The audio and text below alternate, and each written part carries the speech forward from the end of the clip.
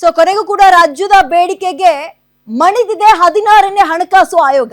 ನೋಡಿ, ಕೇಂದ್ರದ ತೆರಿಗೆ ಪಾಲಿನ ಹಂಚಿಕೆಯಲ್ಲಿ ಕರ್ನಾಟಕಕ್ಕೆ ವ್ಯತ್ಯಯ ಆಗ್ತಾ ಇದೆ, ತೀರಾ ಅನ್ಯಾಯ ಆಗ್ತಾ ಇದೆ ಅನ್ನುವ ಗೋಳನ್ನ ಅವರು ಪದೇ ಪದೇ ಪದೇ ಮೆನ್ಷನ್ ಮಾಡ್ತಾ ಇತ್ತು ರಾಜ್ಯ ಸರ್ಕಾರ.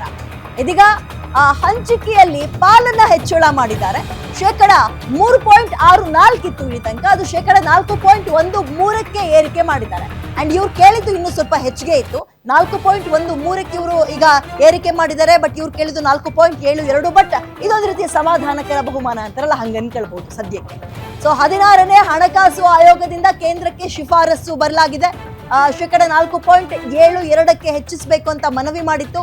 ಬಟ್ ಈಗ 4.13ಕ್ಕೆ ಏರಿಕೆ ಮಾಡಿದೆ 16ನೇ ಹಣಕಾಸು ಆಯೋಗ. ರಾಜ್ಯ ಸರ್ಕಾರಕ್ಕೆ ಒಂದ್ ರೀತಿ ಬಂಪರ್. ಬೆಳಗ್ಗೆಯಿಂದ ಒಂದ್ ರೀತಿ ಮಂಕಾಗ್ಬಿಟ್ಟಿದ್ರು, ಕಾರಣ ರಾಜ್ಯದ ಹೆಸರು ಎತ್ತಲಿಲ್ಲ ಬಜೆಟ್ ನಲ್ಲಿ. ನಾವು ಅಂದ್ಕೊಂಡಂತಹ ಒಂದು ನಿರೀಕ್ಷೆಯ ಹತ್ರವೂ ಕೂಡ ಬಜೆಟ್ ಬರಲಿಲ್ಲ. ಇದು ಯಾವ ರೀತಿಯ ಫೇವರ್ ಬಜೆಟ್ ಅಂತ ಅನಿಸ್ಕೊಳ್ಳುತ್ತೆ ಅಂತ ಕಾಂಗ್ರೆಸ್ನವರು ಹೋದಲ್ಲಿ ಬಂದಲ್ಲಿ ಬಜೆಟ್ ಬಗ್ಗೆ ಮಾತಾಡ್ತಾ ಇದ್ರು. ಬಟ್ ಇದೀಗ ಅವರು ಅಭಿವೃದ್ಧಿ ಪ್ರಶ್ನೆ ಮಾಡಿದ್ರೆ ಸಾಕು, ಕೇಂದ್ರದಿಂದ ನಮಗೆ ಹಣ ಬಂದಿಲ್ಲ ಅಂತ ಇದ್ರಲ್ಲ, ಅದರ ಪಾಲನ್ನ ಹೆಚ್ಚಳ ಮಾಡಿದ್ದಾರೆ ಸಿದ್ದರಾಮಯ್ಯ ಸರ್ಕಾರ. ಇದ್ರ ಬಗ್ಗೆ ಹಲವಾರು ಸಲ ಪ್ರಸ್ತಾಪ ಮಾಡಿದ್ರು.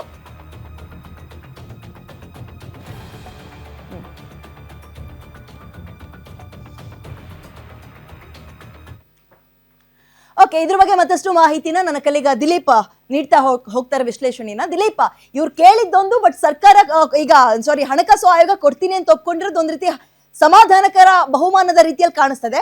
ಇರ್ಲಿ, ಬಟ್ ಇದು ಯಾವಾಗಿಂದ ಇಂಪ್ಲಿಮೆಂಟ್ ಆಗುತ್ತೆ, ಯಾವಾಗಿಂದ ನಿರೀಕ್ಷೆ ಮಾಡ್ಬೋದು ರಾಜ್ಯ ಸರ್ಕಾರ?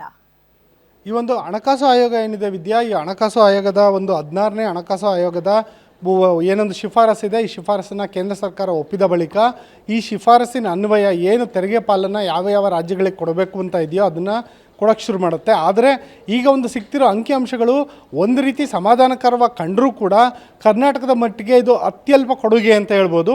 ಇದಕ್ಕೆ ಕಾರಣವಾಗಿರೋ ಒಂದಷ್ಟು ಅಂಕಿಅಂಶಗಳನ್ನು ಈಗ ನಿಮ್ಮ ಮುಂದೆ ಇಡೋವಂಥ ಪ್ರಯತ್ನ ಮಾಡ್ತೀವಿ. ಮೊದಲಿಗೆ ಹೇಳೋದಾದರೆ 2025ರಲ್ಲಿ ಒಂದು ಜಾರಿಗೆ ಬಂದಂಥ 15ನೇ ಹಣಕಾಸು ಆಯೋಗದ ಪ್ರಕಾರ 3.64% ಕರ್ನಾಟಕಕ್ಕೆ ನಿಗದಿಪಡಿಸಲಾಗಿತ್ತು. ಇದರಿಂದಾಗಿ 62,000 ಕೋಟಿ ರೂಪಾಯಿ ಒಂದು ವರ್ಷಕ್ಕೆ ಕರ್ನಾಟಕಕ್ಕೆ ಸಿಕ್ಕಿತ್ತು. ಆದರೆ ಸರ್ಕಾರ ಏನು ಮಾಡಿತು, 3.67% ಏನಿದೆ ಅದು ತುಂಬ ಕಡಿಮೆ, ನಮಗೆ 4.72% ಕೊಡಬೇಕು ಅಂತ ಹೇಳ್ಬಿಟ್ಟು ರಾಜ್ಯ ಸರ್ಕಾರ ಆಗ್ರಹ ಮಾಡಿತ್ತು. ಆದರೆ ಇದೀಗ 2026ರಲ್ಲಿ 4.13% ಕೊಟ್ಟಿದ್ದಾರೆ. ಅಂದರೆ ನಮ್ಮ ರಾಜ್ಯ ಸರ್ಕಾರ ಕೇಳಿದ್ದಕ್ಕಿಂತ 0.5% ಕಡಿಮೆ ಕೊಟ್ಟಿದ್ದಾರೆ. ಈ ಪ್ರಕಾರವಾಗಿ 16ನೇ ಹಣಕಾಸು ಆಯೋಗದಲ್ಲಿ ನಮ್ಮ ಕರ್ನಾಟಕಕ್ಕೆ ಈ ವರ್ಷ ಸುಮಾರು 70,000 ಕೋಟಿಗೂ ಹೆಚ್ಚು ಹಣ ಸಿಗಬಹುದು ಅನ್ನೋ ನಿರೀಕ್ಷೆ ಇದೆ. ಆದರೆ ಇಲ್ಲೊಂದು ಹಣದುಬ್ಬರ ಮತ್ತು ಬೆಲೆ ಏರಿಕೆಗಳನ್ನೆಲ್ಲ ಗಮನಿಸಿದ್ರೆ ಈ 10,000 ಕೋಟಿ ಏನದು ಏರಿಕೆ ಅನಿಸೋದಿಲ್ಲ, ಅದು ಕಳೆದ ವರ್ಷಕ್ಕೆ ಹೋಲಿಸಿದರೆ ಅದು ಸಾಮಾನ್ಯ ಅನಿಸುತ್ತೆ. ಒಂದು ವೇಳೆ ನಮ್ಮ ರಾಜ್ಯ ಸರ್ಕಾರ ಕೇಳಿದ ಪ್ರಕಾರನೇ ಆ ಪರ್ಸೆಂಟೇಜ್ನ ಕೊಟ್ಟಿದ್ದರೆ ಸುಮಾರು 20,000 ಕೋಟಿ ಸಿಗ್ತಿತ್ತು. ಅಂದರೆ ಈಗ ಸಿಕ್ಕಿರೋದಕ್ಕಿಂತ ಇನ್ನೂ 10,000 ಕೋಟಿ ಹೆಚ್ಚಿಗೆ ಸಿಕ್ಕಿರೋದು, ಅಂದರೆ 80,000 ಕೋಟಿ ಹಣ ಸಿಕ್ಕಿರೋದು. ಆಗ ರಾಜ್ಯ ಸರ್ಕಾರ ಅಭಿವೃದ್ಧಿ ಕಾರ್ಯಗಳಿಗೆ ಹಣವನ್ನು ವಿನಿಯೋಗ ಮಾಡ್ಬೋದಾಗಿತ್ತು.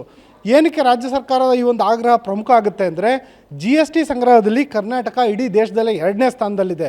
ಕರ್ನಾಟಕ ಸುಮಾರು 30,000 ಕೋಟಿ ರೂಪಾಯಿಗೂ ಹೆಚ್ಚು GSTಯನ್ನು ಪ್ರತಿ ವರ್ಷ ಸಂಗ್ರಹ ಮಾಡಿ ಕೇಂದ್ರ ಸರ್ಕಾರ ಕೊಡುತ್ತೆ. ಅಂದರೆ ನೀವು ನಮ್ಮೆಲ್ಲರ ಜೋಬಿನಿಂದ ಪ್ರತಿದಿನ ಒಂದು ಪ್ರತಿ ವರ್ಷ 10 ರೂಪಾಯಿ ಹೋದರೆ ಕೇಂದ್ರ ಸರ್ಕಾರಕ್ಕೆ, ಆದರೆ ಕೇಂದ್ರ ಸರ್ಕಾರ ನಮಗೆ ವಾಪಸ್ ಕೊಡೋದು 4 ರೂಪಾಯಿ ಮಾತ್ರ. 6 ರೂಪಾಯಿ ಕೇಂದ್ರ ಸರ್ಕಾರ ಬೇರೆ ಬೇರೆ ರಾಜ್ಯಗಳಿಗೆ ಹಂಚಿಕೆ ಮಾಡುತ್ತೆ. ಈಗ ಈ ರೀತಿ 6 ರೂಪಾಯಿ ನಮ್ಮಿಂದ ಬೇರೆ ಬೇರೆ ರಾಜ್ಯಗಳಿಗೆ ಹಂಚಿಕೆ ಆಗುತ್ತೆ. ಏನಕ್ಕೆ ನಮ್ಮ ಹಣ ನಮಗೆ ಯಾಕೆ ಕೊಡೋದಿಲ್ಲ ಅನ್ನೋದಾದರೆ, ಮೊದಲಿಗೆ ಜನಸಂಖ್ಯೆ ಮತ್ತು ಪ್ರದೇಶದ ವಿಸ್ತಾರದ ಅನುಗುಣವಾಗಿ ಕೇಂದ್ರ ಸರ್ಕಾರ ಈ ಒಂದು ರೀತಿ ಒಂದು ಹಣಕಾಸು ಆಯೋಗ ಈ ರೀತಿ ನಿಗದಿ ಮಾಡ್ತಾ ಹೋಗುತ್ತೆ. ಫಾರ್ ಎಕ್ಸಾಂಪಲ್ ಹೇಳಬೇಕಂದ್ರೆ, ಆಂಧ್ರಕ್ಕೆ 4.2%, ಕರ್ನಾಟಕಕ್ಕೆ ಹೋಲಿಕೆ ಮಾಡಿದ್ರೆ ಕಡಿಮೆ ಜನಸಂಖ್ಯೆ ಇದ್ದರೂ ಕೂಡ ಬಹುಶಃ ಒಂದು BJPಯ ಮಿತ್ರಪಕ್ಷ ಆಗಿರಬಹುದು ಅನ್ನೋ ಕಾರಣಕ್ಕೆ 4.2% ಕೊಡ್ತಿರ್ಬೋದು. ಇನ್ನು ನೀವು ಬಿಹಾರವನ್ನು ಗಮನಿಸಿದ್ರೆ ಅದಕ್ಕೆ 10% ಸಿಗುತ್ತೆ ತೆರಿಗೆ ಪಾಲು ಬಿಹಾರಕ್ಕೆ. ಇನ್ನು ಉತ್ತರ ಪ್ರದೇಶಕ್ಕೆ 17 ಪಾಯಿಂಟ್ ಸಿಗುತ್ತೆ. ಹೀಗಾಗಿ ಈ ಒಂದು ತೆರಿಗೆಯನ್ನು ಹೆಚ್ಚು ಕೊಡಬೇಕು ಅನ್ನೋದು ಕರ್ನಾಟಕ ಆಗ್ರಹಕ್ಕೆ ಅಲ್ಪ ಮನ್ನಣೆ ಸಿಕ್ಕಿದೆ ಅಂತ ಹೇಳ್ಬೋದು ವಿದ್ಯಾ. Thank you Dileep ಡೀಟೇಲ್ಸ್ಗೆ.